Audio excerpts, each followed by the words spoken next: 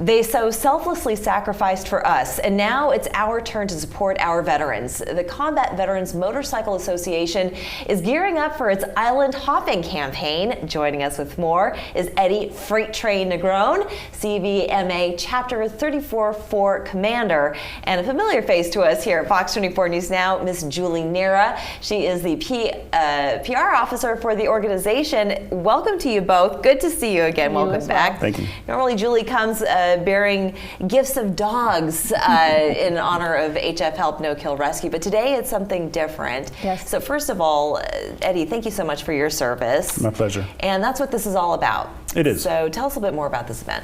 So the Combat Veterans Motorcycle Association was founded in 2001, and it's a nationwide motorcycle association that's comprised of combat veterans. And this event that we do every year, this is our 8th year actually doing it. It's to raise funds to help support our local veterans. There's many organizations out there that support on a national level. We want our impact to be felt here locally within the community. So we have a lot of local veterans who live here. Yes, definitely. And like in South Carolina, like the homeless veteran population is 23% of the homeless. So, you know, we try to impact them. We try to impact someone to prevent them from becoming part of that 23%, whether it be utility bill, you know, helping out with, you know, their rent, something, even if it's just food, a meal, you know, a week's worth of meal, anything to help that veteran from becoming one of those 23%. Absolutely, absolutely. And Julie, you're married to a veteran, so you understand what the sacrifice was that your husband gave to this country. And then how does it make you feel? I mean, of course, you two have a lovely, happy life, but how does it make you feel to know that 23% of our homeless population are veterans? I think, to me, it's difficult because, you know, my husband served, and his service was not as difficult as others, and nobody really knows where they're going to be tomorrow. That's right. That's kind of the way I look at it. So, you know, the sacrifices, they never stop. The needs never stop. And unfortunately, I'm sorry to say, the government is not always there for them.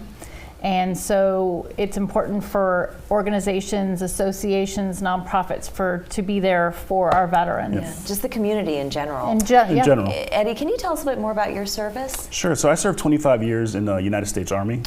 Wow. I actually had a break in service in 1998.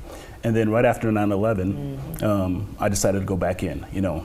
That was a voluntary decision. That was a voluntary decision. I felt called to go back in and serve. And I spent 15 years doing what's called a combat engineer, which was explosives and demolitions. And then my last 10 years, I was in the missile defense programming, the missile defense program, defending the homeland from, you know, the threat of incoming ICBMs.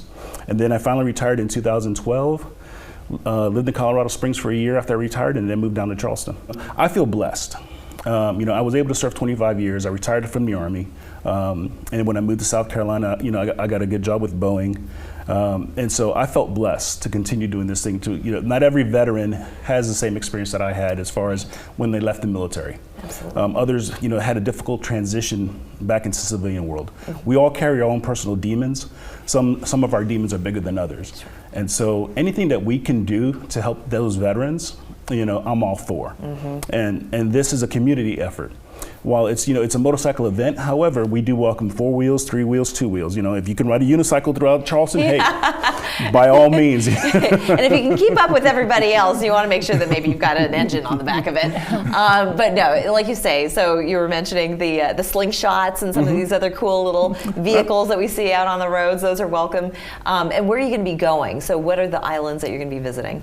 And what kind of fundraising are you hoping to see at the end of it?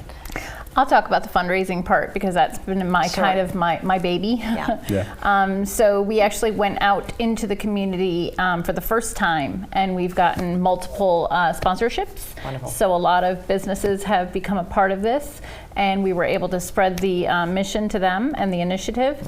And then we've also had a lot of businesses donate like gift baskets, product donations, so gifts in kind, and gift certificates of and product a special services. painting.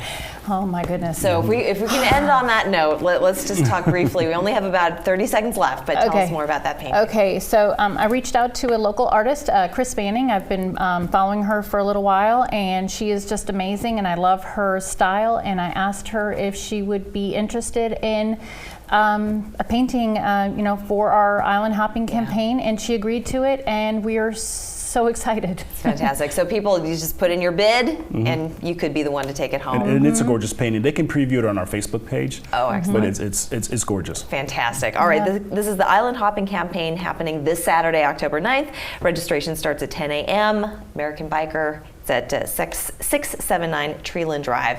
So make sure you come out and support our veterans. Freight train, lockdown. I want to thank you both for joining us today. Thank you. We're back after this.